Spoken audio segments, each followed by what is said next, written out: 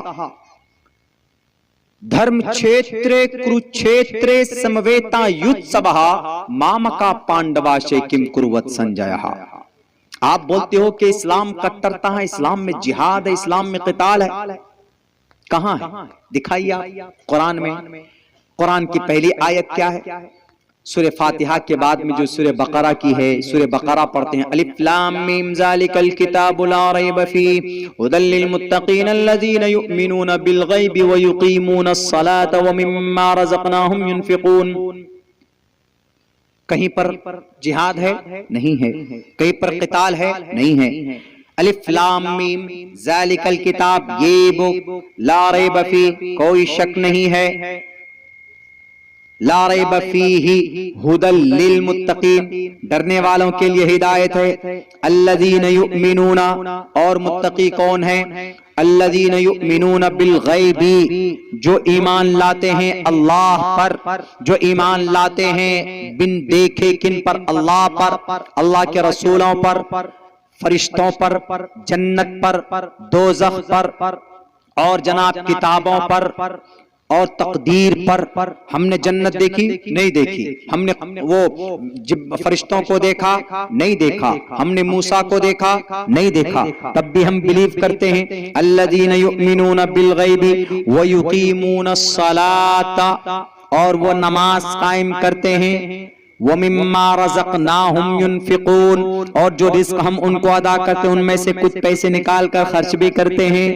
اگر 100 روپے ہے تو 2.5 روپے نکال کر زکوٰۃ دیتے ہیں، 2.5% اپنی دولت میں سے نکال کر صدقہ خیرات کرتے رہتے ہیں۔ پہلی آیت کا یہ ترجمہ دیکھ لیجئے، سورہ بقرہ کی پہلی آیت۔ اس سے پہلے جو سورت ہے سورہ فاتحہ، الحمدللہ رب العالمین، کل میں نے اس کا ترجمہ کیا ہے۔ کہیں پر لڑائی کی بات کیا؟ جھگڑے کی بھی بات نہیں، کہیں پر بھی نہیں۔ یقاتلون کی بات نہیں ہے، مزاحمت کی بات نہیں ہے، تنازع کی بات نہیں ہے، فتنازعوا فتفشلوا کی بات نہیں ہے، نہیں پر، کہیں پر بھی نہیں۔ لیکن بھگوت جی، آپ اپنی کتاب شریمد بھگوت گیتا پہلے ادھیائے کا پہلا منتر کیا ہے؟ دھرم چھیترے کروچھیترے سمویتا یوتسوہ مامکا پانڈواشچے کم کروت سنجیا۔ اے سنجے، کورو اور پانڈو دونوں کے ابا، کورو اور پانڈو دونوں بھائی تھے، دونوں بھائیوں کی نسل تھی، کورو پانڈو، 5 بھائی، ادھر کورو جتنے بھی تھے، ان دونوں کے ابا، ان دونوں کے ابا کہہ رہے ہیں کن سے؟ سنجیو سے۔ اے سنجیو بتاؤ ذرا، اندھے تھے وہ، نہیں دیکھ سکتے تھے، لیکن دونوں کے بیٹے آپس میں جائیداد کو لے کر جھگڑا ہو گیا تھا، بڑا لمبا چوڑا واقعہ۔ تو شریمد بھگوت گیتا کی جو پہلے ادھیائے کی جو پہلا منتر ہے، جیسے ہمارے قرآن کریم کی پہلے سورت کی پہلی آیت، ایسی ان کی پہلے ادھیائے کا پہلا منتر، دھرم چھیترے کروچھیترے، کروچھیتر، کروکشیتر کس کو بولتے ہیں؟ بیٹل فیلڈ کو، لڑائی کی جگہ۔ دھرم چھیترے، دھرم کے علاقے میں، دھرم کے مادھیم سے، کروچھیترے، ذرا بتاؤ میدان جنگ میں، میدان جنگ، اور ہمارے قرآن میں کہیں ہے میدان جنگ، پہلی آیت میں کہیں نہیں، لیکن شریمد بھگوت گیتا میں تو جنگ ہے۔ بھگوت جی، آپ اپنی کتاب پڑھتے نہیں ہیں اور سارا دوش قرآن پر ڈالتے۔ یہ بات نہیں مانی جائے گی. کیا کہا گیا؟ دھرم چھیترے کروچھیترے سمویتا یوتسوہ مامکا پانڈواشچ کم کروت سنجے. اے سنجے ذرا بتاؤ میرے بیٹے کورو اور پانڈووں کے بیچ میں لڑائی کے میدان میں کیا ہو رہا ہے؟ کون جیت رہا ہے؟ کون کس کو مار رہا ہے؟ کون کس کا قتل کر رہا ہے؟ اگر قرآن میں یہ بات ہوتی کہ اللہ کے نبی آپ ابو جہل کو مارو نہ آپ کی بات مانے تو اس کا سر تن سے جدا کرو. اے اللہ کے نبی اگر آپ کا چچا ابو طالب نہ مانے تو اس کے ہاتھ کاٹ دینا. اے اللہ کے نبی اگر آپ کی بیوی خدیجہ آپ پر ایمان نہ لائے، آپ کے دوست ابو بکر ایمان نہ لائے، آپ کے قبیلے کے لوگ، آپ کا چھوٹا بھائی چچیرا چچا کا لڑکا اب علی اگر آپ کی بات نہ مانے تو آپ اس کے دانت توڑ دینا، آپ اس کو مار دینا. اگر قرآن میں ایسے الفاظ ہوتے تو آج بھارت کی گلی گلی سے گھر گھر سے قرآن طاقوں سے نکال کر یہ لوگ جلا دیتے، یوں کہتے کہ اس قرآن میں پہلی آیت میں لڑائی کی بات ہے. ان لوگوں سے لڑنے کی بات کی گئی جن آیتوں میں لڑنے کی بات ہے، ان لوگوں سے جو غداری کرتے، جو دنگا فساد پیدا کرتے. بنا سوچے سمجھے آپ تقریر مت کیجئے. اسلام کٹرتا والا مذہب نہیں ہے. اسلام کے اندر جتنی امن اور جتنی شانتی ہے دنیا کے کسی بھی دھرم کے اندر اتنی امن اتنی شانتی نہیں. کیا مقام دیا آپ نے بیٹی کو؟ پوچھو اپنے پرائم منسٹر صاحب سے، اپنی بیوی کو 40 سال سے چھوڑے ہوئے اس کا حق کون ادا کرے گا؟ اسلام کہتا ہے کہ 3 مہینہ سے زیادہ بیوی سے دور نہیں رہ سکتے تم، 6 مہینے سے زیادہ دور نہیں رہ سکتے بیوی سے تم. اگر تم کو بیوی کے ساتھ نہیں رہنا ہے مشورہ کر لو بیوی کے ساتھ، دونوں مل کر مشورہ کرو. اگر ایک دوسرے کے ساتھ زندگی نہیں بنتی ہے تمہاری، نہیں بتا سکتے تم ایک دوسرے کے ساتھ، قرآن کہتا ہے آپس میں علیحدگی اختیار کر لو. بہت سارے راستے ہیں، بھارت کے قانون کے حساب سے ڈیورس لے لو، لیکن کہیں پر بھی یہ اجازت نہیں دی گئی کہ شادی کر لو، بیوی بنا لو، گھر میں بٹھا دو، اس کے بعد جناب تم چلے جاؤ بنواس کاٹنے کے لیے، 40 سال کا بنواس کاٹنے کے لیے چلے جاؤ. یہ عورت اس کا بھی من ہے، اس کی بھی خواہش ہے، اس کے بھی کچھ سپنے ہیں دنیا کے اندر.